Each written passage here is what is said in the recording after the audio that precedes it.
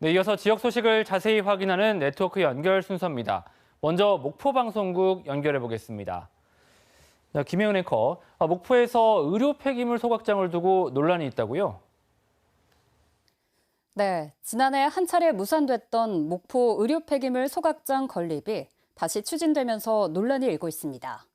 환경단체는 의료 폐기물 소각시설에는 더 엄격한 잣대가 필요하다며 환경 영향평가의 기준도 달라야 한다고 주장하고 있는데요.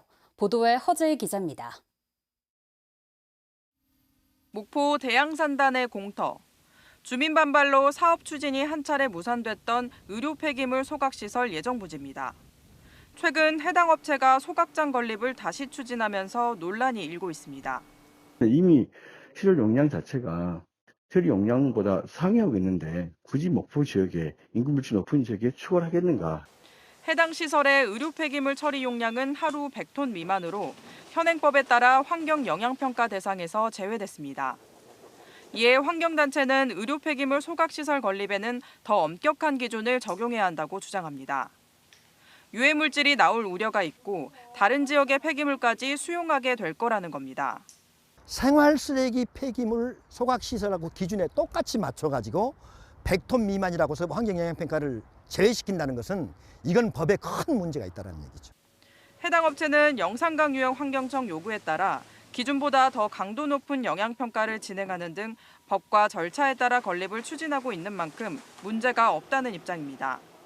환경에 대해서 전혀 문제가 없는데도 계속 이걸 문제 삼아서 뭐가 있는 것 같이 이렇게 하면은 시간적인, 금전적인 피해가 너무 많아서 그거에 대해서 답답하죠.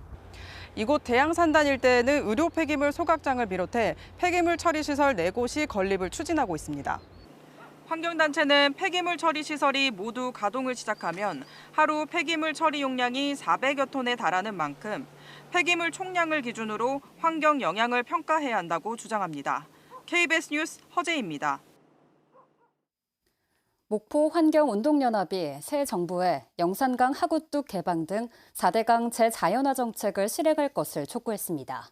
목포 환경운동연합은 창립 28주년 기념 성명을 통해 전국의 기후위기 대응댐을 건설하겠다는 전 정부의 무책임한 환경정책을 끊어내야 한다며 이재명 정부의 4대강 재자연화 기조가 중요한 전환점이라고 주장했습니다.